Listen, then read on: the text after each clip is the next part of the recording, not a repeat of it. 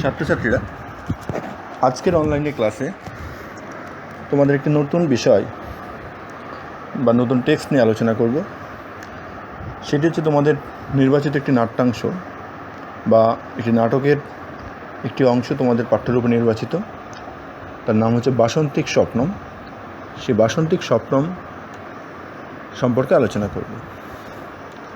তো পাঠ্য বিষয়ে প্রবেশ করার আগেই বা পাঠ্যাংশগত বাসন্তিক স্বপ্নমের টেক্সট অনুবাদের আগে নাটক সম্পর্কে আমরা সামান্য কিছু জ্ঞান বা ধারণা নিয়ে নেব। দেখো, সুপ্রাচীন সংস্কৃত সাহিত্যে যে সাহিত্য বিভাগ বা কাব্য বিভাগগুলো ছিল, সেক্ষেত্রে নাটক একটি প্রচলিত এবং জনপ্রিয় কাব্য বিভাগ। এখন নাটক বলে কোনো নির্দিষ্ট কাব্য বিভাগ প্রথমে ছিল না। প্রথমে যেটা দেখা যায় গদ্যকাব্য, পদ্যকাব্য। এখন এই গদ্যকাব্য এবং পদ্যকাব্যের পরবর্তীতে একটা কাব্য যেটা তৈরি হয় সেটা হচ্ছে দৃশ্যকাব্য। আসলে গদ্যকাব্য বা পদ্যকাব্য যেগুলি আলংকারিকদের মতে, সেগুলোকে শ্রেণীবিভাগ যখন করা হতো তখন গদ্য এবং পদ্যকাব্য যেহেতু কানে শোনা হতো, সেই কারণে নাম দেওয়া হয়েছিল শ্রব্য কাব্য। আর বিপরীত আর একটি কাব্যের কথা স্বীকার করা হয়, সেটা হচ্ছে দৃশ্যকাব্য।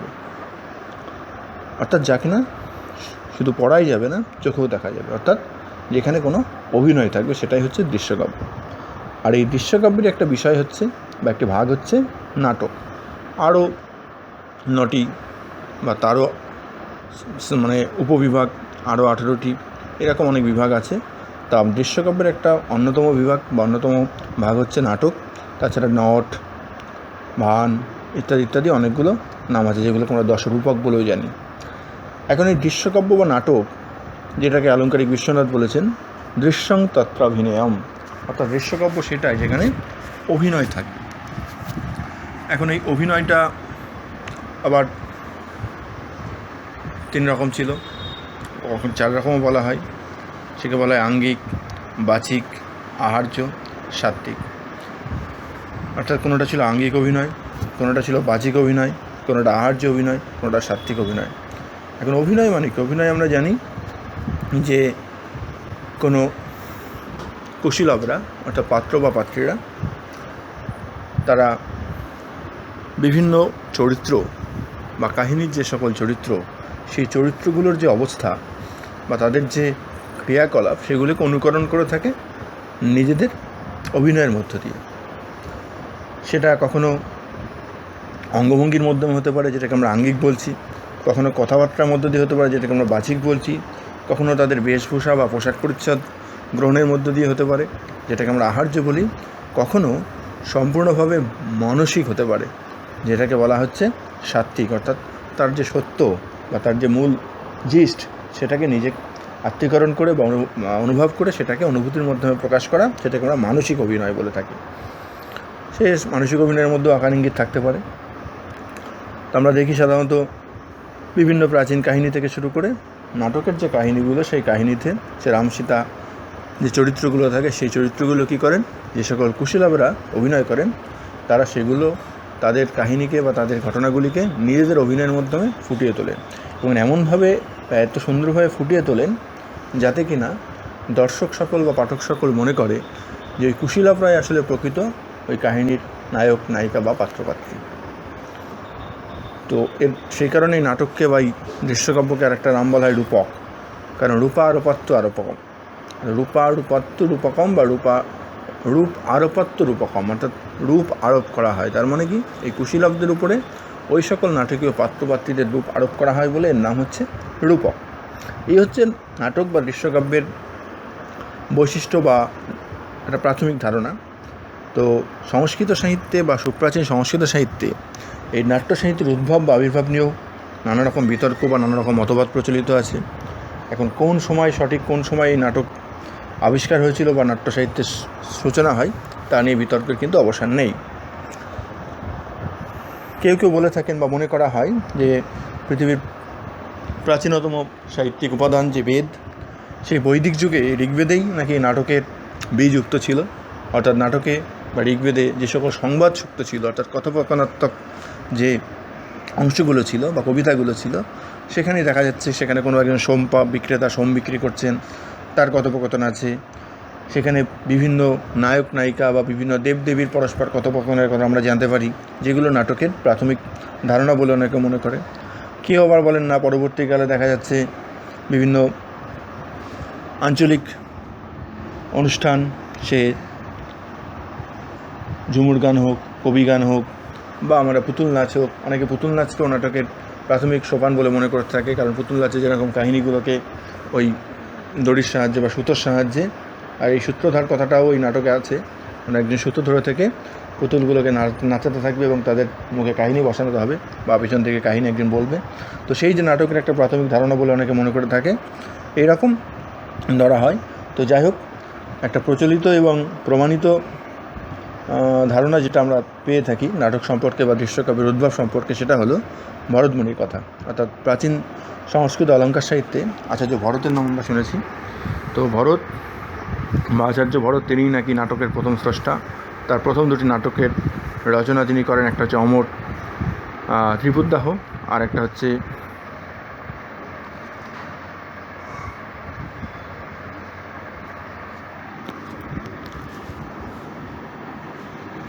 অমর মন্থন। তো এই দুটো নাটক দেখা যায় যে তিনি প্রথম এই নাট্য সৃষ্টি যখন করেন, তিনি তাকে পঞ্চম বেদ বলে অভিহিত করেন। আমরা জানি 4টে বেদের কথা আমরা শুনেছিলাম, ঋক, সাম, যজু, অথর্ব। তো তিনি সেই পঞ্চম বেদ নাট্যবেদ সৃষ্টি করেন। আর সেখানে তার এরকম বৈশিষ্ট্য ছিল, একটা তিনি নিজের শ্লোকের মাধ্যমেই বলেছিলেন যে কীভাবে নাটক সৃষ্টি করা হচ্ছে বা নাটক সৃষ্টি কীভাবে করা হয়েছিল। বলা হয়েছিল ঋগ্বেদ থেকে পাঠ নেওয়া হয়েছিল, অর্থাৎ কাহিনী নেওয়া হয়েছিল। সামবেদে যেহেতু আমরা জানি গান, সেখান থেকে গান নেওয়া হয়েছিল। তারপরে যজুর্বেদ থেকে যেটা অভিনয় নেওয়া হয়েছিল। এইভাবেই সমস্ত উপাদান সংগ্রহ করে পঞ্চম বেদ নাট্যবেদ রচনা করা হয়েছিল। সেখানে নাট্যমঞ্চ বা যে স্টেজ, যেটাকে আমরা বলে থাকি আধুনিক নাট্য সাহিত্যে, সে মঞ্চ রচনার ভার দেওয়া হয়েছিল স্বয়ং বিশ্বকর্মাকে। তো তারপরে সেখানে প্রথম ওই নাটক ত্রিপুদাহ এবং অমর মন্থন অভিনীত হয়েছিল। তারপর থেকে নাকি সংস্কৃত নাট্য সাহিত্যে বা নাট্য বিকাশের ধারা চলতে থাকে, যা কিনা পরবর্তীকালে কবি কালিদাস, জয়দেব, ভাস প্রমুখের হাত দিয়ে বা শূদ্রক প্রমুখের হাত দিয়ে খ্যাতি লাভ করে। এই হচ্ছে প্রাচীন নাট্য সাহিত্যের পরিচয়। তো আজকে আমরা যে বিষয়টা নিয়ে পড়ব, সেটা কিন্তু প্রাচীন নাট্য সাহিত্যের বিষয় নয়। আর এই প্রসঙ্গে মনে রাখতে হবে বা জেনে রাখা ভালো, প্রাচীন যে নাট্যশাস্ত্র বা নাট্য সাহিত্য, সেই নাট্য সাহিত্যের সম্ভার যেমন ছিল বিপুল, আর এই নাট্য সাহিত্যকে কেন্দ্র করে তার সমালোচনা, যেটাকে আমরা সাহিত্যে হচ্ছে ক্রিটিসিজম বলে থাকি, বা আলংকারিক আলোচনা ছিল, সেও ছিল বিশাল। অর্থাৎ সেই নাটক কেমন হবে, নাটকের কাহিনী কেমন হবে, নাটকের নায়ক নায়িকা কী হবে, নাটকের প্রকার কী হবে, এই নিয়ে বহু বিচিত্র এবং বহু ব্যাখ্যা সম্পন্ন কিন্তু লক্ষণ গ্রন্থ ছিল। যেখানে আমরা দেখি নাটকং খ্যাত বৃত্তাংশেত পঞ্চসন্ধি সমন্বিতম বিলাসাট অর্ধি গুণপদযুক্তং নানা বিভূতিবি ইত্যাদি ইত্যাদি বিভিন্ন কথা। অর্থাৎ নাটক হবে একটা বিশাল, হয় কোনো পৌরাণিক বা কোনো ঐতিহাসিক কাহিনী রচিত হবে, সেখানে 5টা সন্ধি থাকবে, কমপক্ষে 10টি অঙ্ক থাকবে, ইত্যাদি ইত্যাদি ব্যাপার কিন্তু ছিল। তো এই হচ্ছে প্রাচীন নাটক, এবং সেই নাট্য সাহিত্যের লক্ষণ মেনেই কিন্তু প্রাচীনকালে যে সমস্ত নাট্যকারগণ তাদের নাটক রচনা করেছিলেন বলে আমরা দেখেছি। তার ব্যতিক্রম যে ছিল না তাও নয়, দু একটি ব্যতিক্রমও সেক্ষেত্রে লক্ষ্য করা গেছে। সে হচ্ছে আমাদের প্রাচীন দৃশ্যকাব্য বা প্রাচীন নাট্য সাহিত্যের বর্ণনা। তো আমরা যে নাটকটা পড়ব, সেটা কিন্তু সেই প্রাচীন নাট্য সাহিত্যের অন্তর্গত নয়, এটা হচ্ছে আধুনিক নাট্য সাহিত্যের অন্তর্গত। আসলে সংস্কৃত সাহিত্য যে বিশাল কলেবর সংস্কৃত যে সাহিত্য, সেক্ষেত্রে মানে অধিকাংশ রচনাই কিন্তু প্রাচীনকালে দেখা যায়, সে গদ্যকাব্য হোক শ্রব্যকাব্য হোক। কিন্তু অত্যন্ত চিত্তবিনোদনের জন্য অত্যন্ত জনপ্রিয় যে নাট্য শাখা বা নাট্য বিভাগ, সেটা যেমন সংস্কৃত সাহিত্যে প্রাচীনকালেও অত্যন্ত সমৃদ্ধ ছিল, আধুনিক যুগেও কিন্তু সংস্কৃত সাহিত্য, এই সংস্কৃত নাট্য সাহিত্যের কিন্তু একটা বিশাল জনপ্রিয়তা লক্ষ্য করা যায়। এবং আধুনিক যুগে সংস্কৃত নাট্য সাহিত্য রচনার কিন্তু বিশেষ প্রয়াস বিভিন্ন লোকেরা দেখিয়েছেন। তো তার সেরকমই একটা নাটক আমরা আজকে পড়ব, বাসন্তিক স্বপ্নম। এটা মূলত আধুনিক একটা নাটক। এটা দক্ষিণ ভারতীয় একজন পণ্ডিত, তাকে আমরা অদ্বৈত বেদান্তবাদী একজন দার্শনিক বলেও জেনে থাকি। তো সেরকম একজন বিখ্যাত পণ্ডিত শ্রী কৃষ্ণমাচার্য, তিনি দক্ষিণ ভারতের পুডুকোরা বলে একটা জায়গায় তার জন্ম হয়েছিল। তিনি এই নাটকটি রচনা করেন, তার এই নাটকটি রচনা যিনি যেটা করেছেন সেটা কিন্তু মৌলিক কোনো নাট্য রচনা নয়, এটা আসলে অনুবাদ বা অনুদিত একটা নাট্য রচনা, যারও একটা প্রেক্ষাপট আছে। প্রেক্ষাপটটা হচ্ছে, সেটা নিয়েও আমাদের একটু হালকা আলোচনা করার প্রয়োজন আছে।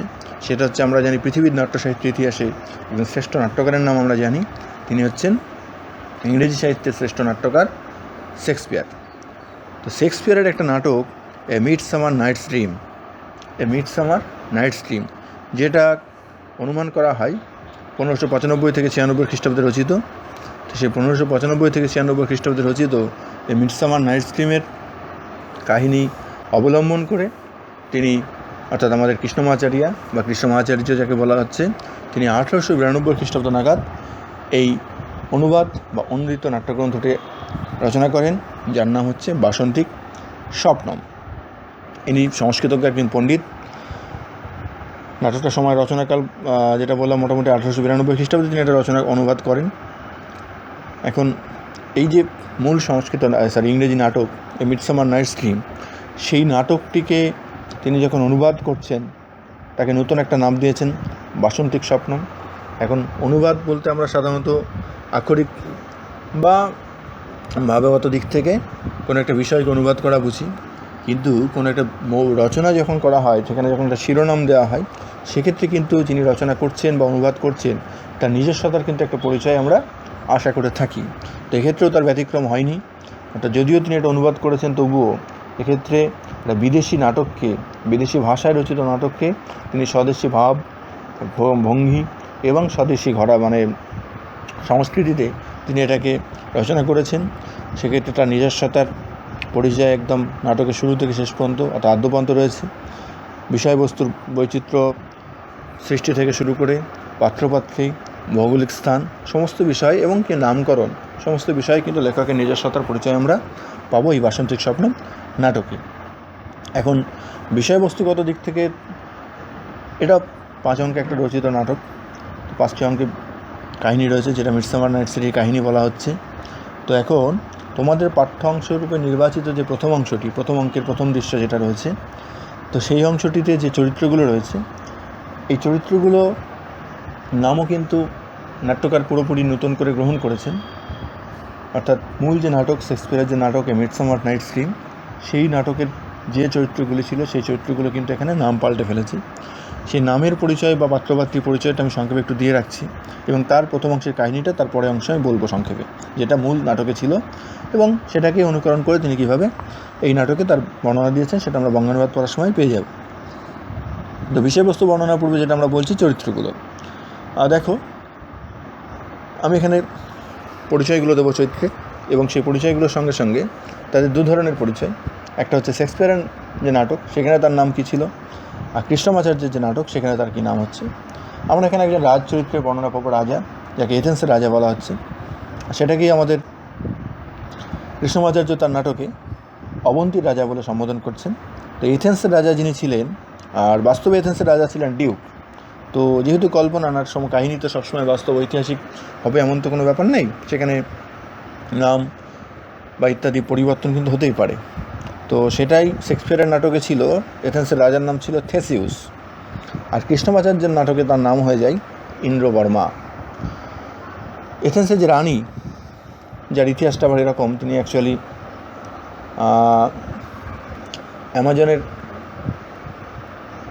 রানী ছিলেন। অ্যামাজন নগরী আক্রমণ করে সেটাকে জয় করে তিনি রাজা নিয়ে এসেছিলেন যাকে এথেন্সের রানী করার জন্য। তো এথেন্সের রানী হিসেবে যার পরিচয় আমরা পাচ্ছি, তিনি হচ্ছে হিপোলিটা। আর সেটাই আমাদের কৃষ্ণমাচার্যের নাটক হচ্ছে কনক লেখা। তারপর হচ্ছে একজন তরুণীর কথা আমরা পাবো, যাকে কেন্দ্র করে কিন্তু নাটকের একটা তাৎপর্য বা ব্যঞ্জনা ঘটবে, এবং তার জীবন কাহিনীর সঙ্গে নাটকের নামকরণের একটা হালকা ইঙ্গিত আছে। সে তরুণীর নাম হচ্ছে, মূল শেক্সপিয়ারের নাটকে ছিল হারমিয়া, যেটা কৃষ্ণমাচার্যের নাটকে হচ্ছে কৌমুদী। হারমিয়ার পিতার কথা আমরা জানবো, যার নাম শেক্সপিয়ারের নাটকে ইজিউস, আর কৃষ্ণমাচার্যের নাটকে যার নাম ছিল ইন্দু শর্মা। হারমিয়ার একজন প্রেমিক ছিল, যাকে আমরা লেজেন্ডার বলে জানি শেক্সপিয়ারের নাটকে, আর কৃষ্ণমাচার্যের নাটকে হচ্ছে বা বাসন্তিক স্বপ্নম নাটকে তার নাম বসন্ত। আর হারমিয়া যার সঙ্গে বিয়ে ঠিক হয়েছিল সেটাকেও আমরা প্রেমিক বলে জেনেছিলাম। শেক্সপিয়ারের নাটকে ডেমিট্রিয়াস, সেটা কৃষ্ণমাচার্যের নাটকে তার নাম হচ্ছে মকরন্দ। আরেকটি চরিত্র যেটা তোমাদের পাঠ্যাংশে নেই কিন্তু মূল কাহিনীতে ছিল, সেটা হচ্ছে হারমিয়ার বান্ধবী, যে কিনা ডেমিট্রিয়াসের প্রথম প্রেমিকা, তাকে আমরা হেলেনা বলে জানি। যেটা বাসন্তিক স্বপ্নমের নাটকের অন্য অংশে যার নাম রয়েছে সৌদামিনী। আর রাজার একজন পরিচারক ছিল, যেটাকে আমরা মূল শেক্সপিয়ারের নাটকে পাচ্ছি ফিলোস্ট্রেট বলে, আর কৃষ্ণমাচার্যের নাটকে তার নাম হচ্ছে প্রমোদ। এই হচ্ছে মোটামুটি তোমাদের নাট্যাংশ, নির্বাচিত নাট্যাংশের যে পাত্রী, তাদের দুটো নাটকে তাদের যে নাম, সেই নামের একটা সংক্ষিপ্ত পরিচয়। এবার আমি এরপরে আসবো এর কাহিনীতে, অর্থাৎ এর সংক্ষিপ্ত যে কাহিনী মূল নাটকে ছিল সেটা সংক্ষিপ্ত একটু বর্ণনাতে আসবো। তো মূল নাটকে যেটা ছিল সেই কাহিনীটা আমি এখানে প্রথমাংশটুকু, যেটুকু তোমাদের পাঠ্যাংশে নির্বাচিত বা যাকে অনুকরণ করা হয়েছে বা যাকে উৎস নির্বাচন করা হয়েছে সেটাকেই আমি বলে দিচ্ছি। আর বাকিটুকু তো আমরা বঙ্গানুবাদ করলে এখানকার কাহিনী পেয়ে যাবো বা পুরো সারাংশটাও পেয়ে যাবো, তার জন্য আমাদের অপেক্ষা করতে হবে নাটকটা পড়া পর্যন্ত। তো মূল কাহিনীর একটা হাজার হাজার বছর আগেকার একটা কথা। সেখানে দেখা যায় গ্রিস দেশের এথেন্স নগরীতে একটা উৎসবের বন্যা বয়ে চলেছে। রাজা থেসিউস তিনি জয় করে এসেছেন অ্যামাজনের একটা দেশ। শুধু তাই নয়, তখনকার দিনে রাজরাজাদের যেটা কাহিনী ছিল বা আমাদের দেশেও প্রচলিত ছিল, যে রাজারা রাজ্য জয়ের সঙ্গে সঙ্গে সেখানকার রানীদেরকেও জয় করে নিয়ে এসছেন। তো তিনিও সে দেশের রানী, সুন্দরী রানী হিপোলিটাকে জয় করে নিয়ে এসছেন এবং শিগগিরই তাদের একটা বিয়ে হবে মহা ধুমধাম করে। তাই এথেন্সের একটা মহা আনন্দ উৎসব, চারিদিকে নাচ গানের একটা পরিবেশ, চতুর্দিকে পরীরা ঘুরে বেড়াচ্ছে। থিসিয়াসের বিয়ে, হইচই পড়ে গেছে। রাজাও খুব ব্যস্ত, পোশাক পরিচ্ছদ পরে রয়েছে এবং রাজা এই বিবাহকে নিয়ে রাজার মনের একটা বিশাল উদ্বিগ্নতা, এবং সেটা আমরা মূল এই অনুবাদ নাটকে দেখতে পাবো যে একটা সময়ের ক্ষেত্রে বা সামান্য সময়ের ব্যবধান রাজার জীবনে কীরকম একটা তোলপাড় পরিস্থিতি নিয়ে, মানসিক পরিস্থিতি বা উদ্বেল অবস্থা তৈরি করেছে। তো এইরকম একটা পরিসরে, আনন্দ উৎসব মুখর একটা পরিসরে হঠাৎ দেখা যায় নাট্যমঞ্চে হন্তদন্ত হয়ে এক বৃদ্ধ প্রবেশ করেন, যার নাম আমরা জানি ইজিউস। তিনি কাঁপতে কাঁপতে বা কম্পমান শরীরে সেই মঞ্চে প্রবেশ করেন। তার দুটো চোখ রক্তবর্ণ হয়েছিল, দেখেই মনে হচ্ছিল তিনি খুব ভীষণ রেগে রয়েছেন। সঙ্গে রয়েছে তার একটি মেয়ে, তার নাম হচ্ছে হারমিয়া, এবং তাদের সঙ্গে দুজন যুবক, একজন হচ্ছে লাইজেন্ডার আর ডিমিট্রিয়াস, যাদের পরিচয় কিন্তু এর আগে আমরা পেয়েছি। তো ইজিউস কী করলেন, সেই বৃদ্ধ লোকটি রাজার সামনে হাত জোর করে বললেন, হুজুর ধর্মাবতার, আপনি আমাদের মা বাবা ইত্যাদি ইত্যাদি, যাকে যেভাবে সম্বোধন করা যায়, আপনি আমাকে বাঁচান বা আমাকে একটা বিষয়ে সাহায্য করুন। বললো কী সাহায্য? তখন বললে যে আমার মেয়ে, যা হচ্ছে হারমিয়ার কথা আমরা শুনেছি, সে কিনা তারই পছন্দ করা ছেলে, যেটা আমরা লাইজেন্ডার বলে জানলাম, লাইজেন্ডার ডেমিট্রিয়াস, এই ডেমিট্রিয়াস যাকে আর কি ঠিক করেছিল, পাত্র হিসেবে নির্বাচন করেছিল তার বাবা ইজিউস, যাতে হারমিয়া তাকে বিবাহ করে। কিন্তু হারমিয়া ওদিকে আবার লাইজেন্ডার বলে এক যুবকের সঙ্গে প্রেম করে, সুতরাং তাকেই সে বিয়ে করবে। কিন্তু তৎকালীন যুগে এথেন্সের একটা নিয়ম ছিল যে মেয়েদেরকে পিতার পছন্দ করা পাত্রের সঙ্গে বিবাহ করতে হতো, অন্যথায় তাদের শাস্তি ছিল হয় মৃত্যুবরণ অথবা সন্ন্যাস জীবন। সেটাই বৃদ্ধটি রাজার কাছে বলেন, দেখুন আমার মেয়ে কথা শুনছে না, সে যদি কথা না শোনে হয় তাকে মেরে ফেলতে হবে, নতুবা তাকে কিন্তু সন্ন্যাসিনী কোনো মঠেকে আজীবন বন্দি করে রাখতে হবে। তখন রাজা মেয়েটিকে বা হারমিয়াটাকে বোঝানোর চেষ্টা করে, তুমি বাবার কথা শোনো, এবং ইজিউস তখন অত্যন্ত রাগে জ্ঞানও হারিয়ে ফেলেন। এতটাই তিনি জ্ঞান হারিয়ে ফেলেন যে নিজের মেয়ের মৃত্যু সম্পর্কে কথা বলতেও তিনি পিছু পান না। তো যাই হোক, সেই মুহূর্তে রাজা তাকে সময় দেয় হারমিয়াকে, যেহেতু রাজার বিয়েরও একটা তখন প্রস্তুতি চলছিল, 4 দিন সময় ছিল আর বিয়ের। তো সেই কারণে বলেছিল তোমাকে সময় দেওয়া হলো 4 দিন, তুমি চিন্তাভাবনা করে দেখো, তারপরে তুমি ডিমিট্রিয়াস থেকে বিয়ে করো, নতুবা কিন্তু দেশের যে আইন, সে আইন রাজার পক্ষে পাল্টানো সম্ভব নয়, সে আইন তাকে মেনে নিতে হবে। তো এই অংশটুকুই প্রথম অংশ, সেই অংশেরই অনুবাদ আমরা আজকে পড়ব। এটুকু আমরা কাহিনী জেনে রাখলাম, আর প্রত্যেকে প্রাসঙ্গিক বিভিন্ন বিষয় উঠে আসবে, সুতরাং সেক্ষেত্রে আমাদের নতুন করে বিষয়গুলোকে আরেকবার জেনে নিতে হবে। এরপরে ছোট্ট একটি বিষয় অবতারণা রেখে দিচ্ছি, সেটা হচ্ছে নামকরণ। আমরা জানি নামকরণ সাহিত্যের একটা অপরিহার্য বা গুরুত্বপূর্ণ অংশ। তো সাহিত্যের নামকরণটা অবশ্যই একটা তাৎপর্যপূর্ণ বিষয়, তোমরা জেনেছো আগে, কাব্য বা গদ্য সাহিত্যের ক্ষেত্রে সেটা দেখেছো। তো নাটকের নামকরণের ক্ষেত্রেও কিন্তু নাট্যকারেরা বা সে সমস্ত শাস্ত্র, সেখানে নামকরণের একটা প্রচলিত নীতি আছে। যে নামকার্য নাটকস্য গর্বিত আত্মপ্রকাশ কম্বলে এরকম একটা শ্লোক আছে। অর্থাৎ নাটকের নামকরণ 3টি বিষয়ের উপর হয়, কোথাও বিষয়কেন্দ্রিক, কোথাও নায়ক নায়িকার নাম কেন্দ্রিক, কোথাও ব্যঞ্জনা কেন্দ্রিক বা ব্যঞ্জনাশ্রয়ী। তো সেক্ষেত্রে এখানে নামকরণ আমরা বাসন্তিক স্বপ্ন নামকরণটাই ধরছি। মূল নাটকের যে নামকরণ ছিল মিডসামার নাইটস ড্রিম, সেটা আমাদের এখানে বিবেচ্য বিষয় নয়, কারণ তোমাদের পড়তে হচ্ছে এখানে বাসন্তিক স্বপ্নম। বাসন্তিক স্বপ্নম নামকরণটা হচ্ছে বাসন্ত থেকে বাসন্তিক কথাটি আসছে, অর্থাৎ বসন্তকালীন মানে বাসন্তিক। স্বপ্ন মানে আমরা বুঝি ড্রিম, যেটাকে বলা হয়। তো এখন বসন্তকাল আমরা বলতে সাধারণত বুঝে থাকি যে এখানে বাসন্তিক স্বপ্ন মানে তাহলে স্থূলাক্ষরে যেটা আমরা পাচ্ছি সেটা হচ্ছে বসন্তকালীন যে স্বপ্ন। এখন এই নাটকের সঙ্গে বসন্তকালের সম্পর্কটা কীরকম, সেটা হচ্ছে যে বসন্তকাল আমরা বুঝি সাধারণত আমাদের এদেশে ফাল্গুন চৈত্র মাসকে বসন্তকাল বুঝে থাকি, কিন্তু প্রাচীন যে অমরকোষ বা প্রাচীন ভারতীয় অমরকোষ, সেখানে অগ্রহায়ণ মাসকে বা মার্গশীর্ষ যেটাকে বলা হয় প্রথম মাস ধরা হয় বছরের, সেই হিসাবে কিন্তু গ্রীষ্মকাল আমাদের এখানে বসন্তকালটা ধরা হয় সাধারণত চৈত্র বা বৈশাখ মাস, যেটা কিন্তু এখন গ্রীষ্মকাল। এখন সেই গ্রীষ্মকালটাকেই আমরা বসন্ত ধরে নেব এই কারণে, যেহেতু ওখানে মিডসামার কথাটা বলা ছিল, আর ওই মিডসামারটাকেই আমাদের এখানে গ্রীষ্ম চৈত্র বৈশাখ, আমাদের এখানে মিডসামার বলতে চৈত্র বৈশাখ বোঝায়, কিন্তু প্রাচীন বা তৎকালীন যুগের কথা মনে রেখে আমাদের এই চৈত্র বৈশাখটাকে আমাদের ধরে রাখতে হবে বসন্তকাল। সুতরাং এই চৈত্র বৈশাখের মানে কাহিনী রয়েছে মূল নাটকে, মানে মিডসামার নাইটস ড্রিমে। সুতরাং চৈত্র বৈশাখের কাহিনী যখন এখানে আমরা এদেশে পদার্পণ করলো, এর নাম হয়ে গেল বসন্তকালীন স্বপ্ন, মানে বসন্তকালের প্রসঙ্গটা চলে আসলো। এরকমভাবে আসতে পারে নামকরণ। আরেকটা ছোট্ট ইঙ্গিত যেখানে রয়েছে, যে দেখবো আমরা যে হারমিয়ার যে ছেলেটির সঙ্গে প্রেম করে, যাকে আমরা লাইজেন্ডার বলে জানি, সে লাইজেন্ডার কিন্তু এই নাটকে নাম পেয়েছে বসন্ত। এখন এই বসন্তকে ঘিরে কিন্তু একটা কেন্দ্রীয় চরিত্র, নাটকের কেন্দ্রীয় চরিত্র হারমিয়া, যাকে আমরা কৌমুদি বলে জানছি, তার কিন্তু জীবনের একটা স্বপ্ন রচিত হচ্ছে। সেই কারণে সে বসন্তকে কেন্দ্র করে স্বপ্ন রচিত হয়। এটাও যে বাসন্তিক স্বপ্ন হতে পারে, সেই নামকরণের কিন্তু একটা ব্যঞ্জনা এই নামকরণের মধ্যে পাবো। তো এই দ্বিমুখী নামকরণের একটা অবতরণ আমি করলাম। এরপরে নামকরণ নিয়ে আলোচনা করা হবে যখন প্রশ্ন উত্তর আলোচনা হবে সেই সময়। তো যাই হোক, এই হচ্ছে আমাদের বাসন্তিক স্বপ্ন নাটক এবং তার মূল নাটক যে শেক্সপিয়ারের মিডসামার নাইটস ড্রিম, তার সংক্ষিপ্ত অবতারণা। এরপরে আমরা মূল টেক্সটে প্রবেশ করব স্টেপ বাই স্টেপ।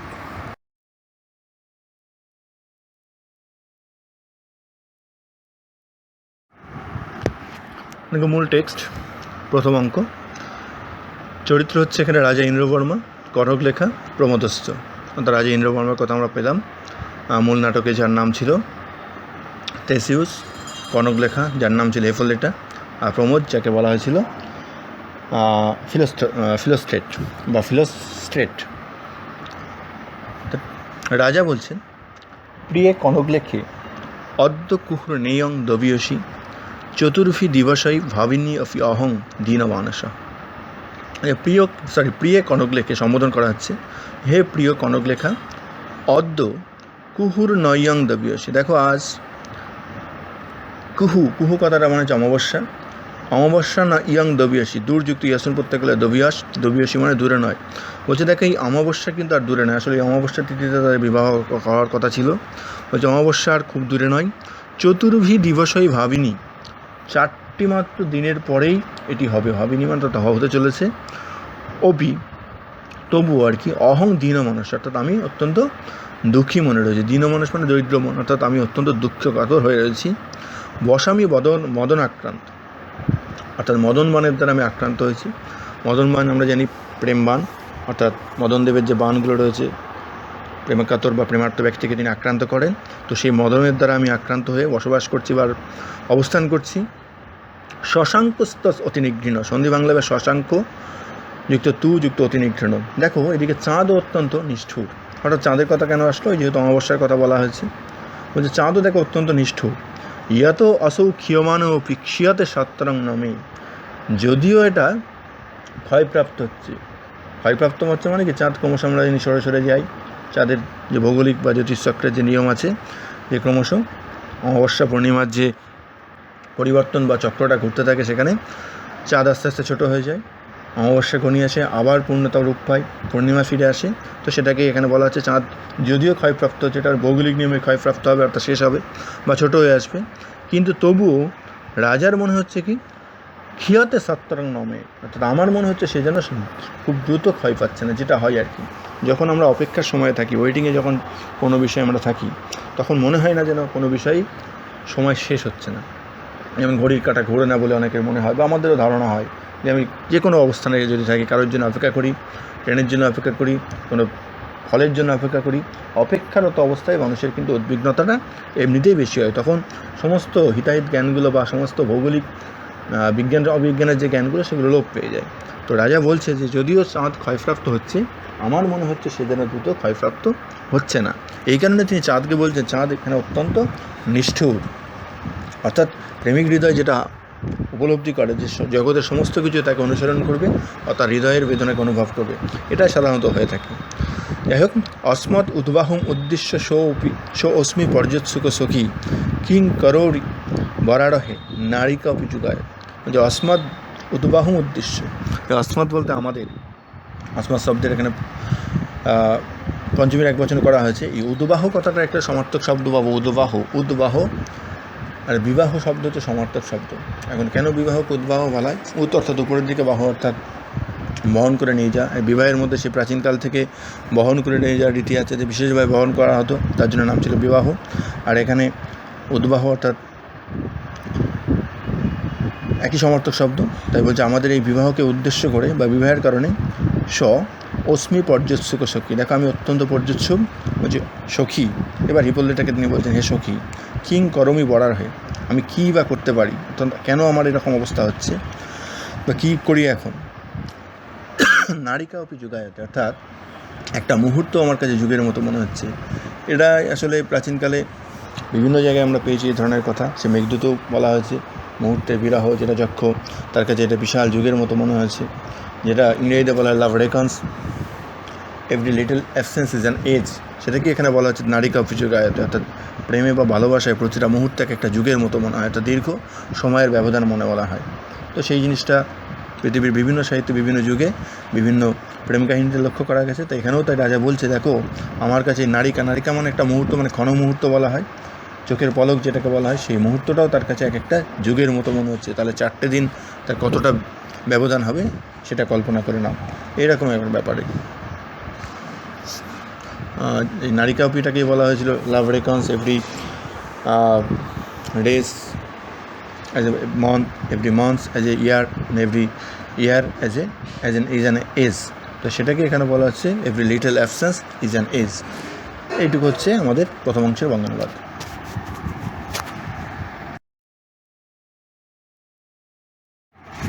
এবার প্রত্যুত্তরে দেখো বলছে কনক লেখা, বল্লভ অর্থাৎ হে প্রিয়, দিন চতুষ্টয়ং তু প্রায় রাত্র চতুষ্টয়ং ভূত্বা ক্ষণম ইব নিদ্রালুফি अस्माभि নিয়মানম অচিরণ এব দর্শমানস্যতি যস্য নিশায়াম আবয় পরিণয় মহোৎসব ভবিষ্যতি তৎ কিমিতি দুয়তে মহারাজেন।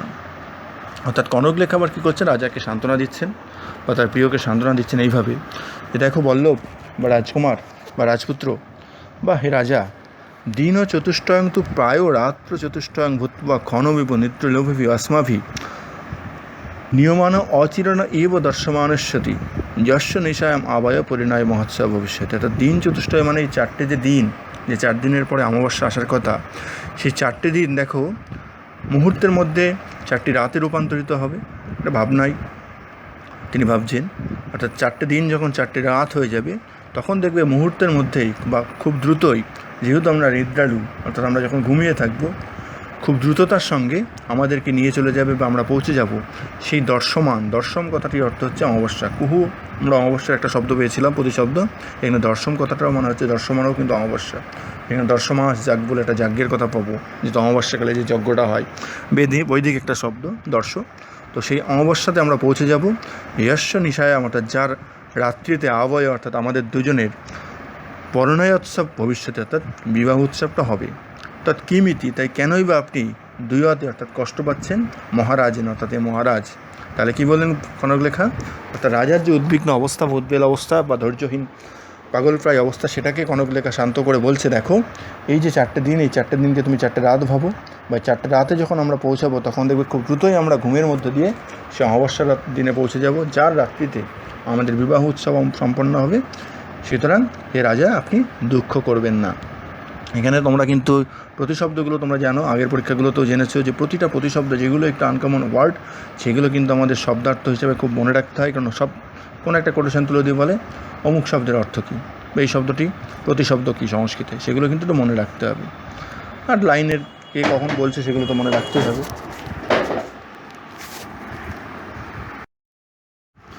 তো তৃতীয় অংশের অনুবাদ আমরা চলে আসছি। এখানে দেখো বলছে, রাজা বলছে হে প্রমোদ, অর্থাৎ হে প্রমোদ। প্রমোদ হচ্ছে এখানে রাজার কর্মচারী বা রাজার অনুচর, যাকে আমরা এখানে পাচ্ছি। প্রমোদ হিসাবের মূল নাটক বা মিডসামার নাইটে ছিল, যার নাম ফিলোস্ট্রেট। তো তাকে রাজা আদেশ দিচ্ছেন যে গচ্ছ যাও সম্প্রতি প্রতিরথম অস্মৎ নগরস্য, অর্থাৎ রথের ঘোড়ায় চেপে তুমি এই নগরের প্রতিটি পথে বা প্রতিটি রাস্তার মোড়ে মোড়ে চলে যাও। তথা কুরুষ্য যথা সর্বেপি যুবান মহোৎসবাভি নিবিষ্টচিত্তা পরম আহ্লাদা ভরিতা বর্তেরান। তাই করো গিয়ে অর্থাৎ সেই নির্দেশই দাও যেখানে সমস্ত যুবকেরা বা অল্প বয়স্করা মহোৎসবের আনন্দে নিজেদেরকে আহ্লাদে ভরিয়ে রাখে, সেরকমই তুমি করো। অর্থাৎ চারিদিকে আনন্দের ছড়িয়ে দাও, আনন্দের বার্তা পৌঁছে দাও। দুঃখং বিদ্রাবয় বৈবস্বত নগরম আবর্জয় সর্বদ প্রমোদ, অর্থাৎ দুঃখং বিদ্রাবয় অর্থাৎ দুঃখকে সরিয়ে দিয়ে বৈবস্বত নগর, এই বৈবস্বত নগর অর্থাৎ রাজার এই নগরীকে বৈবস্বত নগর বলা হচ্ছে। অর্থাৎ প্রাচীন একটা পরম্পরা এখানে একটা আছে যে বৈবস্বত আসলে মনুর একটা মনুর বিভিন্ন যে প্রকার আছে বা নাম আছে, তার মধ্যে বৈবস্বান মনু বলে একটা সময়ের কথা আমরা জানি। সেই বিবস্বান মনুর যে কাল বা সময় সেটাকে বৈবস্বত বলা হয়। সেই বৈবস্বত নগরের সমস্ত দুঃখকে ছড়িয়ে দিয়ে তুমি চারিদিক থেকে বা সমস্ত দিক থেকে আনন্দ প্রমোদ, অর্থাৎ এই প্রমোদ মানে হচ্ছে আনন্দ, সর্বত প্রমোদ, আমরা সমস্ত দিক দিয়ে আনন্দে ভরিয়ে তোলো। হে প্রমোদ তুমি প্রমোদে ভরিয়ে তোলো, মানে হে প্রমোদ তুমি আনন্দকে ছড়িয়ে দাও। প্রমোদ তখন বলছে যথাজ্ঞা বৈদে দেব, হে মহারাজ আপনি যা আদেশ করেন। ইতি প্রণম্য নিষ্ক্রান্ত, এই বলে প্রমোদ চলে গেলেন প্রণাম করে। রাজা এবার বলছে প্রণবয়তি কনকলেখে, হে কনকলেখা তস্মাৎ অদ্ভুত তাদৃশম অপ্রশস্ত মার্গম উজ্জিত্বা মহোৎসব প্রমোদ প্রসাধন পূর্বং তাং পরিণেশ্যে। বলছে দেখো সেই কারণে আজ আমি সেই অপ্রশস্ত বা নিন্দিত পথ পরিত্যাগ করে বা বিসর্জন দিয়ে মহোৎসব বা মহানন্দের মধ্য দিয়ে প্রসাধনপূর্বক আনন্দের উৎসবের মধ্য দিয়ে তোমাকে আজকে বিবাহ করব। এই জায়গায় একটা ছোট্ট প্রাসঙ্গিক বিষয় তোমাদের মনে রাখতে হবে। হঠাৎ করে টেক্সটটা পড়তে পড়তে এই কথাটার মধ্যে অনেকে কোনো সাজুজ্য খুঁজে পায় না যদি না আগের কাহিনী জেনে থাকে। তোমরা আগের কাহিনী খানিকটা শুনেছো, এখানে এই ধরনের সমস্যা হওয়ার কথা নয়। তো বিষয়টা হচ্ছে এরকম যে রাজা বলছেন দেখো যে কনকলেখা সেই নিন্দিত মার্গ বা নিন্দিত পথ ত্যাগ করে আজকে আনন্দ উৎসবের মধ্যে দিয়ে তোমাকে আমি বিবাহ করব। এখন এই অপ্রশস্ত পথ বা যে নিন্দিত মার্গের কথা বলা হচ্ছে সেটা আসলে কি, কেন নিন্দিত মার্গের কথা? তিনি তো প্রেম করছেন বা তিনি নাম কী বলে হিফলিটা, যেটা হচ্ছে আমাদের এখানে রানী কনকলেখাকে তিনি প্রেম করে বিবাহ করছেন। সুতরাং সেক্ষেত্রে নিন্দিত মার্গের কথা আসছে কেন? নিন্দিত মার্গের কথা এখানেই আসছে যেহেতু আমি আগের কাহিনীতে বলে দিয়েছিলাম যে রাজার যে প্রথম যে প্রেম নিবেদনটা হয়েছিল সেটা কিন্তু খুব স্বাভাবিক বা সেখানে কিন্তু কোনো ধরনের প্রশংসিত বিষয় ছিল না, কারণ তিনি জোর করে, যেটা রাজাদের ধর্ম, অ্যামাজন বা সেই রানীর নগরী আক্রমণ করেছিলেন। প্রথমে তিনি সেখানে তার তরবারির মাধ্যমে প্রেম নিবেদন করেছিলেন। সুতরাং এখন রানীও তাকে ভালোবাসে, সুতরাং সেক্ষেত্রে আর কোনো সমস্যা নেই। তাই প্রথমে যেটাকে তিনি হিংসার আশ্রয় নিয়ে প্রেম নিবেদন করেছিলেন সেটাকে তিনি নিন্দিত মার্গ বলছেন। সেই নিন্দিত মার্গে ত্যাগ করে এখন বর্তমানে তিনি কী করতে চলেছেন? তিনি আনন্দোৎসবের মধ্য দিয়ে ভালোবেসে কনকলেখাকে বিবাহ করতে চাইছেন। এটাই হচ্ছে বিষয়। সুতরাং এই পরম্পরাটা বা এই প্রসঙ্গটা কিন্তু তোমাদের মনে রাখতে হবে যে কেন রাজা হঠাৎ নিন্দিত মার্গের কথা বলে। কারণ তার যে প্রেম নিবেদনের কাহিনী যেটা আমরা আগে শুনেছি সেটা ছিল একটু হিংসাশ্রয়ী, সেটাকে তিনি অপ্রশস্ত বা নির্দিষ্ট মার্গের কথা বলেছেন। তাই হচ্ছে আমাদের এই অংশটুকুর অনুবাদটা খুব ভালো করে শব্দার্থ সহ তোমরা পড়বে। কোথাও কোনো সমস্যা হলে অবশ্যই জানাবে।